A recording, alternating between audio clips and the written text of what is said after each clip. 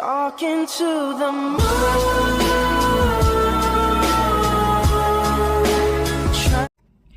So, ayan guys, magandang buhay po sa ating lahat. This is G Franco Mix Vlog from Team Rowelipat Charity Vloggers.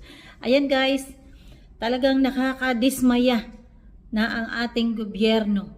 May panibago na namang apps para daw po kapag may kailangan ang mga OFW ay marirespondihan kaagad. Santambak na apps na po guys, talaga pong nakakadismaya na. Bakit po noon, nung bago pa lang ako nag-a-abroad, isang papel lang na maliit sa loob ng eroplano ay sapat na. Wala naman na tayong nababalita ang problema na kung ano-ano pa. Bakit ngayon pinahihirapan nila ang OFW? Santambak na DMW na kung ano-ano ang mga pipil-apan mo. Pati ngayon declaration, pati pinaghirapan mo, kailangan ideklara mo. Paano kung mayroon ka 10 alahas na walang resibo? Paano na? Kukolektahin nyo? Paano yung mga dating OFW na may mga lumang alahas? Okay lang ako guys, wala akong alahas dahil ninakaw na ang alahas ko.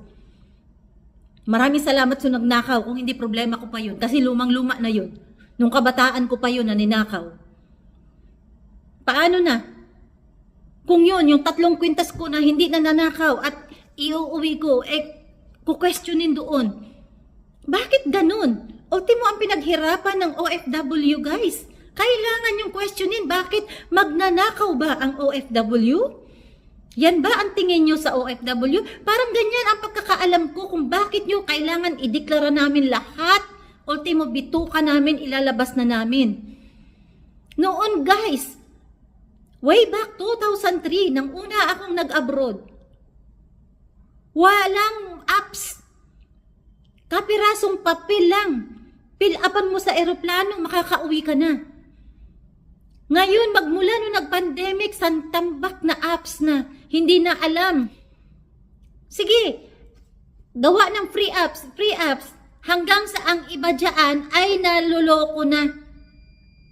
Nai-scam ang iba dahil sa dami ng apps. 18 hours Kung ago. nyo malalaman, kung gusto nyo talaga alagaan ng mga OFW, eto ang hiling ng karamihan, na kapag ito ang nasolusyonan nyo, ay napakaraming matutuwa at napakaraming makikinabang. Hindi lamang ang mga OFW, kundi ang mga pamilya na umaasa sa kanila sa Pilipinas. Kaya mas maigi na ito ang pagtuunan nyo ng pansin na totoong problema ng mga OFW or ng mga Pilipinong manggagawa dito sa ibang bansa. Ito ay ang end of service benefits ng mga OFW. Magbabakasyon sila at babalik sa parehong employer. Dahil kahit nasa batas ito dito sa ibang bansa, ay marami pa rin mga employer ang hindi sumusunod dito. Hiling ng mga OFW na sana nababanggit ito ng DMW sa mga employer na kumukuha ng mga katulong or ng mga empleyado bago i-deploy sa ibang bansa. Kasi anong silbi ng mga app na yan kung hindi naman natutulungan ang mga OFW na makuha ang mga benepisyo na nararapat sa kanila. At hindi naman nga nila yan hinihingi. Pinagtrabahuan nila yan at pinagpagura ng ilang taon. Tama na po. Maawa naman kayo sa mga OFW. Ang sinasabi nyo, inaalagaan nyo kami? Alagaan nyo kami. Ipalagay nyo sa kontrata ang end of contract service. Ipalagay nyo sa kontrata ang sick leave. Ipalagay nyo po sa kontrata na kailangan po ay tamang pahinga ng mga OFW. Kung talaga pong iniingatan nyo kami, hindi po totoo yan. Wala po. Alam nyo po ba, ang dami-dami ko nang napapanood mga kawawang OFW. Pero ngayon guys, talaga sa ngayon yung nilabas na naman na panibagong apps, sobra po nakaka-stress. Paano na lang po yung mga seniors na OFW? Paano po yung mga no read, no rights na mga OFW? Nahihilo na po sila kung saan sila maghahanap ng mga apps. Sa dami na po ng apps. Kahit pa sabihin natin na libre guys. Kaya po ang iba dyan, bumibili na lang, napepeke. Dahil akala nila ay tama ang ginagawa nila. Dahil nga po sa dami ng apps, hindi na po nila alam kung ano ang susundin dun sa mga apps.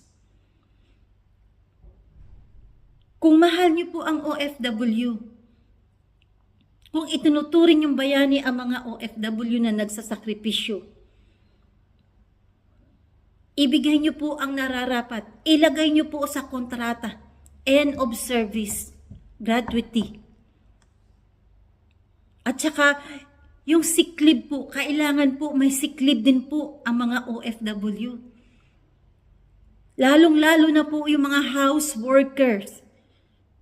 Ipatupad niyo po dahil marami ang employers na hindi sumusunod. Nakalagay po sa kontrata 8 hours. Pero ang mga amo hindi sumusunod. Kaya dapat po, ilagay niyo rin po na dapat po may tamang oras ang mga OFW. Pag lumampas ng 8 oras, may OT dapat. Dahil po, kami, kahit nagtatrabaho sa loob ng bahay, OFW din po kami. Yun lang po ang hinihiling namin. Ibigay ang tama, bigyan ng sick leave ang mga nagtatrabaho sa bahay. Hindi yung kahit may sakit. Nagtatrabaho ang mga OFW na nagtatrabaho sa bahay. Okay, yung mga white collar job, yung mga opisina, talaga pong mayroon sila. Pero paano naman po kami kahit nasa loob ng bahay? Wala po ba kaming karapatan na magkasakit? Sa totoo lang po, nilalagnat, nagtatrabaho pa rin ang ibang nakikita ko dito. Masama ang katawan. Kapag umabsent, tatanggalin ng employer sa trabaho. Kasi nga po walang sick leave ang mga katulong. Bigyan niyo pong pansin ang mga katulong guys. Mga admin, bigyan niyo ng pansin ang mga katulong. Dahil sa tansya ko po, mas marami ang mga house workers kaysa sa mga white collar job. Napakarami po.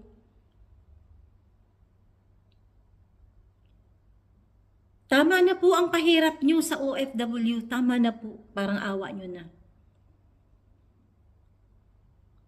Admin Arnel Ignacio, nirerespeto po namin kayo. Kayo ang sinusubaybayan namin. Kaya wag nyo pong papayagan na dumami ng dumami ang mga apps at nahilo na po ang lahat ng OFW kung saan mag-fill up.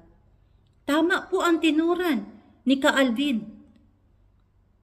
Gratuity, sick leave, ang kailangan po namin, ibigay ang tamang end of service. Ipatupad po natin yun. Hindi po salita lang. Dahil karamihan po, hindi sumusunod ang mga employer. Ayan po ang katotohanan. Sa 12 years ko po na nag-OFW, sa dami ko pong na-experience, nakakaawa po. 10 years sa amo, pinangakuan lang na ipapadala ang end of service. Goodbye na. Nasa Pilipinas na yung tao, wala na. Tama po ba yun? Ganun po palagi. Pangangakuan, dahil nasa Pilipinas na, wala nang pakialam. Wala pa nga sahod ang iba eh. Pauuwiin nilang. Ganun po kalupit ang ibang employer. Huwag na po natin idamay ang mga employer na talaga pong mas matitino na sumusunod. So, maraming salamat po. This is Chief Franco, Mix Vlog from Team Rowell Lipat. God bless po.